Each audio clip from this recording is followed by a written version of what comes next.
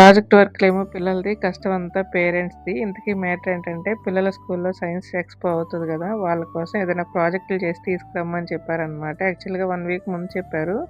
అప్పుడు కొంచెం పాపకి హెల్త్ బాలేదు. తర్వాత నాకు కొంచెం ఫీవర్. ఇంక అప్పుడు అదంతా ఏం చేయలేదనమాట. ఇంక నెక్స్ట్ డే సబ్మిట్ చేసేయాలని చెప్తే, ముందు రోజు నైట్ అంతా కూర్చొని ప్రాజెక్టులయితే ఫినిష్ చేశాము. చూడటానికి సింపుల్‌గానే అనిపిస్తాయి గానీ, ఫుల్ నైట్ అంతా పట్టింది మాకు. నైట్ 9:30, 10కి అలా స్టార్ట్ చేస్తే మార్నింగ్ 4:30 అయిపోయిందనమాట. ఇంక అస్సలు నిద్ర లేదు, ఓపిక లేదు.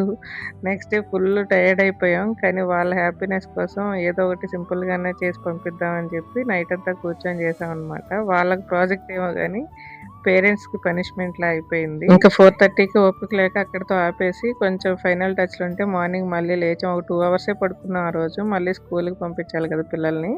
ఇంక ఫైనల్ టచ్‌లు కూడా ఇచ్చేసి వాళ్ళకిచ్చైతే పంపించాను. సైన్స్ ఎక్స్‌పో రోజు ఎలా జరిగిందనేది నెక్స్ట్ షేర్ చేసుకుంటాను. వీడియోకైతే ఇంతే. బాయ్.